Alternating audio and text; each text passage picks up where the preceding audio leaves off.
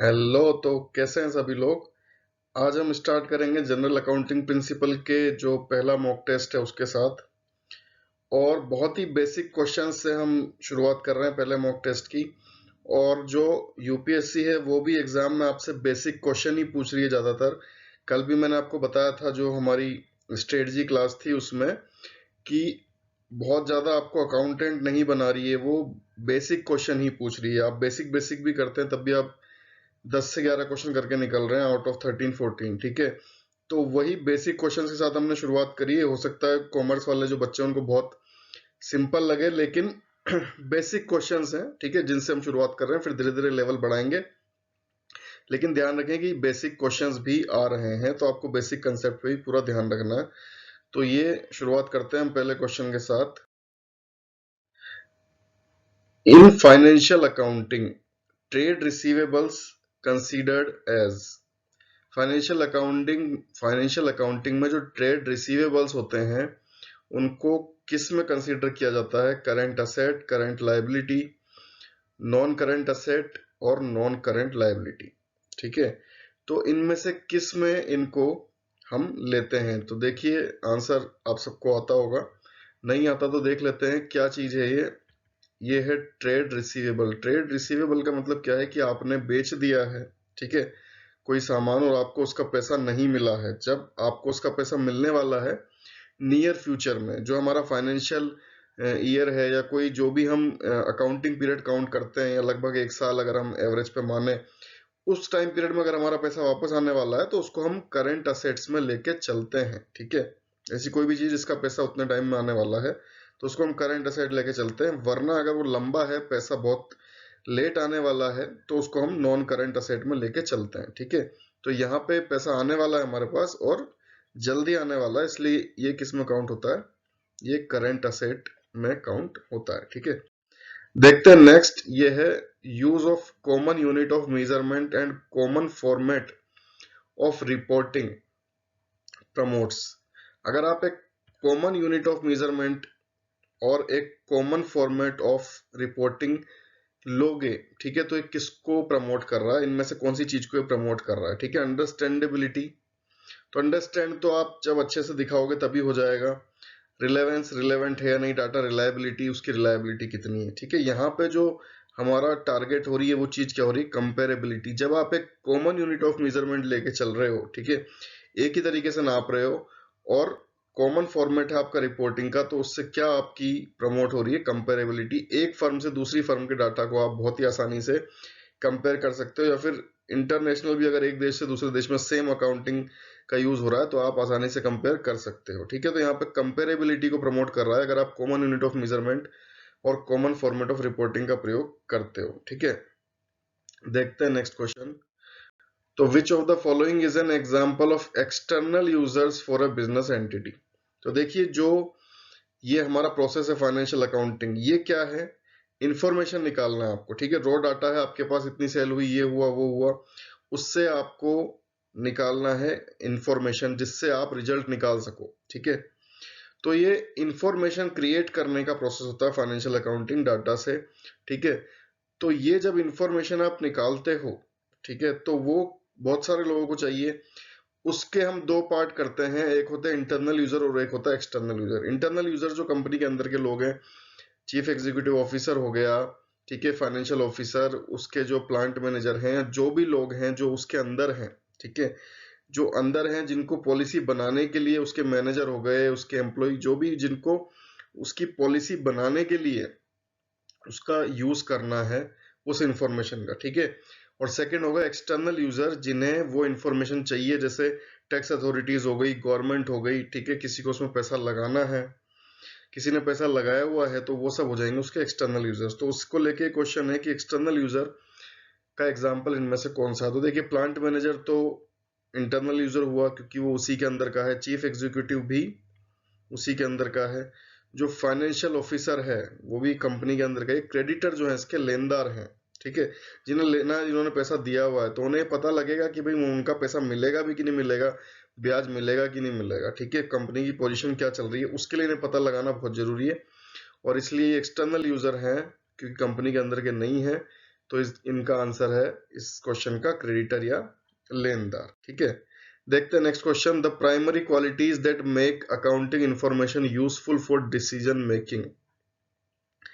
जो primary qualities होती हैं जो किसी भी अकाउंटिंग इंफॉर्मेशन को लायक बनाती हैं डिसीजन मेकिंग के, तो वो कौन सी दो चीजें हैं जो लायक बनाती हैं कि आप उससे डिसीजन ले सकते हो। ठीक है, तो first option relevance and freedom from bias, second है रिलायबिलिटी एंड कंपेरेबिलिटी, थर्ड है कंपेरेबिलिटी एंड कंसिस्टेंसी, चौथा है रिलेवेंस एंड रिलायबिलिटी। ठीक है, तो देखिए जो ऑप्शन आपको परिपूर्ण करे, ठीक है, ये देखने में एक जैसे लगेंगे, समझ में नहीं आ रहा है कौन सा है, लेकिन वो ऑप्शन जो आपको परफेक्ट एक इंफॉर्मेशन दे पाए जिसका आप अपने लिए, दूसरों के लिए, जिसका भी आपको यूज करना है, ठीक है, जिस तरीके से भी करना है, as internal user as external user, जिस भी तरीके से आप उसका यूज करना चाहते हो उस तरीके से आपको इन्फॉर्मेशन दे पाए, वही हमारा इसका आंसर होगा। ठीक है, आपसे पूछा है कि primary qualities that make accounting information useful for decision making, वो प्राइमरी क्वालिटीज क्या हैं जो डिसीजन मेकिंग के लिए यूजफुल बनाती हैं हमारी इंफॉर्मेशन को। ठीक है, तो इसका आंसर है रिलायबिलिटी एंड कंपेरेबिलिटी, की एक तो वो रिलायबल हो, आप उस डाटा पे रिलाय कर सकें कि ये जो कह रहा है सही कह रहा है, जो इन्फॉर्मेशन दे रहा है वो सही दे रहा है। दूसरा है कंपेरेबिलिटी, कि आप उसको किसी और से कंपेयर कर सकें, ये दोनों चीजें होनी चाहिए। बाकी और कुछ भी, relevance, freedom of bias, comparability, consistency, और जो ऑप्शन है वो आपकी पूरी नीड पूरी नहीं कर रहे कि आप खुद के लिए, दूसरों के लिए आपको कंपेयर करना है, अपने लिए डिसीजन मेकिंग करनी है। दोनों ही प्रोसेस में आपको रिलायबिलिटी, कंपेरेबिलिटी चाहिए। रिलायबिलिटी ताकि आप उस पर डिसीजन मेकिंग कर सकें, और कंपेरेबिलिटी ताकि आप किसी और से कंपेयर कर सकें। तो ये दोनों चीजें हमारी प्राइमरी क्वालिटी हैं जिसकी हमें जरूरत है फॉर डिसीजन मेकिंग। ठीक है, तो इसका आंसर है बी, रिलायबिलिटी एंड कंपेरेबिलिटी। ठीक है, देखते हैं next question. During the life time of an entity accounting produce financial statements in accordance with which basic accounting concept. During the life time of an entity, पूरे जो उसका life time है किसी company का, उसके दौरान वो अकाउंटिंग को प्रोड्यूस करती है, उसके अकाउंटिंग फाइनेंशियल स्टेटमेंट प्रोड्यूस करती है in accordance with which basic accounting concept. ठीक है, तो कौन सा बेसिक अकाउंटिंग कंसेप्ट है जिसके थ्रू वो जिंदगी भर जो है वो अकाउंटिंग करती है। तो ऐसे तो ये सारे कंसेप्ट हैं जिनके थ्रू वो अकाउंटिंग करती है, लेकिन इस तरह का क्वेश्चन जब आपको आता है, क्योंकि ये दिया हुआ एनसीईआरटी में, ठीक है, तो ये आ सकता है, और उसका आंसर जो आपको लगाना है वो है अकाउंटिंग पीरियड। ठीक है, ये conservatism, matching concept, business entity concept, ये सब जब आप अकाउंट बनाते हो तब आपके काम आते हैं। बिजनेस एंटिटी मतलब एंटिटी को आपको अलग रखना है, ओनर को अलग रखना है। मैचिंग आपको रेवेन्यू और जो अभी खर्चा और रेवेन्यू दोनों को मैच करना है। कंजर्वेशन आपको खर्चे ज्यादा लेके चलने हैं। ठीक है, तो ये सब कंसेप्ट जब आप बनाओगे तब यूज आएंगे, लेकिन पूछा है कि कौन सा बेसिक अकाउंटिंग कंसेप्ट है इसको ध्यान में रख के जिंदगी भर फाइनेंशियल स्टेटमेंट्स बनाए जाते हैं। ठीक है, तो ये बनाने से पहले की बात है, तो अकाउंटिंग पीरियड वो चीज है जिसके हिसाब से बनाए जाएंगे, तभी कंपैरिजन होगा। जब एक एक साल का आप अकाउंटिंग पीरियड फिक्स लेके चलोगे तभी जाके कंपैरिजन आप कर पाओगे कि पिछले साल इसी महीने आप देखते होंगे रिजल्ट आते हैं कि जो तिमाही सेल है वो किसी क्वार्टर सेल किसी बजाज की बढ़ गई घट गई, मारुति की बढ़ गई घट गई, तो किससे कंपेयर करते हैं, पिछले क्वार्टर से कंपेयर करते हैं। तो जो बेसिक कंसेप्ट है जिसके आधार पे आपको जिंदगी भर अकाउंटिंग करनी है वो है अकाउंटिंग पीरियड। ये तो सब जब आप करने बैठोगे अकाउंटिंग उसके बाद आते हैं, लेकिन पहले आपको ध्यान रखना है अकाउंटिंग पीरियड, तभी आप कंपेरिजन आगे कर सकते हो। ठीक है, तो इसका आंसर है अकाउंटिंग पीरियड। इसकी लैंग्वेज में कंफ्यूज नहीं होना है। ठीक है, ये क्वेश्चन डायरेक्टली आ सकता है, इसका ध्यान रखें, इसकी लैंग्वेज में कंफ्यूज नहीं होना है। यहाँ पे आंसर जो अकाउंटिंग पीरियड है, क्योंकि ये सबसे पहली चीज है जिसके आधार पे आप करोगे अकाउंटिंग। ठीक है, नेक्स्ट क्वेश्चन है which is the last step of accounting as a process of information. जो मैंने आपको बोला प्रोसेस है इंफॉर्मेशन निकालने का, उस तरीके से अगर हम अकाउंटिंग को देखते हैं तो इसमें लास्ट स्टेप कौन सी है। ठीक है, तो which is the last step of accounting as a process of information, information के प्रोसेस के तौर पे ये लास्ट स्टेप अकाउंटिंग की कौन सी है। तो देखिए, रिकॉर्डिंग ऑफ डाटा हो जाए बुक्स ऑफ अकाउंट्स में, ये लास्ट है, या कम्युनिकेशन ऑफ इंफॉर्मेशन ये लास्ट है, या एनालिसिस एंड इंटरप्रिटेशन हो जाए इंफॉर्मेशन का, वो लास्ट है, या फिर preparation of summaries in form of financial statements, जब फाइनेंशियल स्टेटमेंट बन जाए, जब वो बुक्स ऑफ अकाउंट्स में आ जाए, या फिर इंफॉर्मेशन का कम्युनिकेशन हो जाए, या फिर एनालिसिस और इंटरप्रिटेशन हो जाए इंफॉर्मेशन का, कहाँ जाके प्रोसेस ऑफ इंफॉर्मेशन है वो एंड हो जाता है, वो ये उसकी लास्ट स्टेप है, ये आपको बताना। तो देखिए इस तरह क्वेश्चन में वहां पे बच्चे ट्राई करते हैं कि ये देख लेते हैं कि इनमें सबसे लास्ट कौन सा है, वो आंसर हो जाएगा। ऐसा नहीं है। तो उस तरीके से अगर आप देखोगे तो बुक्स ऑफ अकाउंट्स में आ गया, फाइनेंशियल स्टेटमेंट्स बन गए, लेकिन वो लास्ट नहीं है प्रोसेस ऑफ इंफॉर्मेशन का। प्रोसेस ऑफ इंफॉर्मेशन यही एंड हो जाती है जब कम्युनिकेशन ऑफ इंफॉर्मेशन हो जाता है। ठीक है, तो प्रोसेस ऑफ इंफॉर्मेशन जो यहाँ पे लिखा है, last step of accounting as a process of information, तो प्रोसेस ऑफ इंफॉर्मेशन वही खत्म हो गया जहां उस इंफॉर्मेशन का कम्युनिकेशन हो पा रहा है, उस इंफॉर्मेशन से आप कुछ डिसीजन निकाल पा रहे हो, उस वो इंफॉर्मेशन आपको कम्युनिकेट हो रही है रिलायबल कंपेरेबल दोनों चीजों के साथ। ठीक है, जो भी हमारी है कंसेप्ट, उसमें रिलेवेंस होना चाहिए, रिलायबिलिटी होनी चाहिए, कंपेरेबिलिटी होनी चाहिए, ठीक है, फुल डिस्क्लोजर होना चाहिए। तो उन सब चीजों के साथ आपकी जो इन्फॉर्मेशन है, कम्युनिकेशन जब उसका हो गया, तभी ये अकाउंटिंग का जो प्रोसेस है, ठीक है, इंफॉर्मेशन, प्रोसेस ऑफ इंफॉर्मेशन, ये यहाँ पे एंड हो जाता है। उसके बाद आप उसको बुक्स ऑफ अकाउंट्स में लिखो, उससे फाइनेंशियल स्टेटमेंट बनाओ, वो लास्ट स्टेप नहीं, लास्ट स्टेप है कम्युनिकेशन ऑफ इंफॉर्मेशन। जहां कम्युनिकेशन ऑफ इंफॉर्मेशन हो गया, वहां इसकी लास्ट स्टेप हो गई। ठीक है, तो इसमें भी लैंग्वेज में उलझना नहीं है।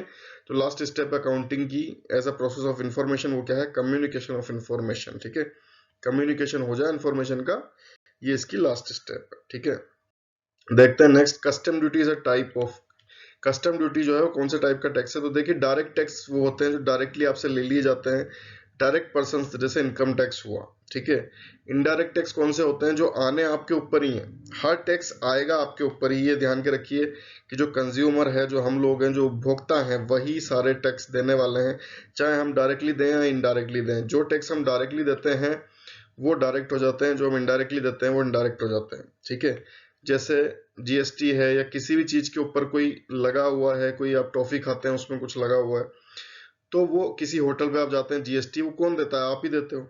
ठीक है, लेकिन आप देते हो किसको, रेस्टोरेंट मालिक को, और फिर वो आगे जमा करेगा। तो आपने डायरेक्ट सरकार को नहीं दिया, उसने आपके बिल में जीएसटी लगा के दे दिया, आपने उसको दिया और फिर उसने सरकार को दिया, इसलिए वो हो गया इनडायरेक्ट। ठीक है, आएगा आपके पास ही। एडवांस टैक्स क्या होता है, जैसे टीडीएस है, टैक्स डिडक्टेड एट सोर्स, तो पहले ही काट लिया जाता है, फिर जब आप रिटर्न फाइल करोगे तब आपको रिफंड किया जाता है, इसलिए इसको बोलते हैं एडवांस। ये एक तरीका है एडवांस में ले लेने का। ठीक है, जब आप फाइल करोगे तो आपको वापस मिल जाएगा। या आपका एम्प्लॉयर भी काट सकता है, और गवर्नमेंट एम्प्लॉय तो गवर्नमेंट काट लेगी। ठीक है, तो सैलरी वालों के लिए होता है मेनली। तो यहाँ पे बात हो रही है कस्टम ड्यूटी की, तो कस्टम ड्यूटी आप डायरेक्टली पे नहीं कर रहे हो। जब भी कोई चीज आप इंपोर्ट कर रहे हो तो उस पर इंपोर्ट ड्यूटी लग रही है, वो इंपोर्ट ड्यूटी लग के आपके पास आ रही है।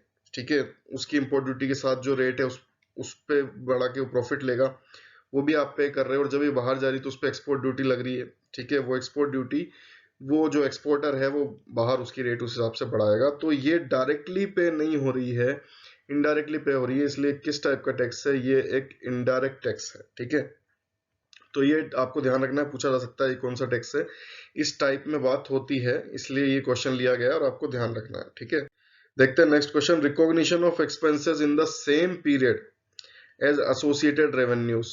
ठीक है, एसोसिएटेड रेवेन्यूज के साथ में जो एक्सपेंसेस है उसका रिकॉग्निशन, ये क्या कहलाता है। बिजनेस एंटिटी तो अलग ही चीज है, जिसमें एंटिटी और बिजनेस और ओनर को अलग अलग माना जाता है। कंजर्वेटिज्म जो मैंने आपको बताया कि खर्चों को, हम दूर के खर्चों को भी देख लेते हैं लेकिन पास की आय को भी नहीं देखते जब तक हमारे पास ना आ जाए। कंसिस्टेंसी, आप जो प्रोसेस अभी यूज कर रहे थे वही आप अगले साल करते हो, ये नहीं कि आप अकाउंटिंग के तरीके बदल देते हो, तो फिर आप उससे कुछ मैच नहीं कर पाओगे। ठीक है, तो यहाँ पे जो आंसर है हमारा वो मैचिंग कंसेप्ट है, जिसकी डेफिनेशन है कि आप जो एक्सपेंसेस और रेवेन्यू है दोनों को सेम पीरियड के लिए रिकॉग्निशन करोगे, वो कौन सा कंसेप्ट है, मैचिंग कंसेप्ट। तो इसका आंसर है मैचिंग कंसेप्ट। ठीक है, इसके बाद देखते हैं next question, on which side of the balance sheet capital is listed. जो कैपिटल है वो कौन सी साइड पे आती है बैलेंस शीट के।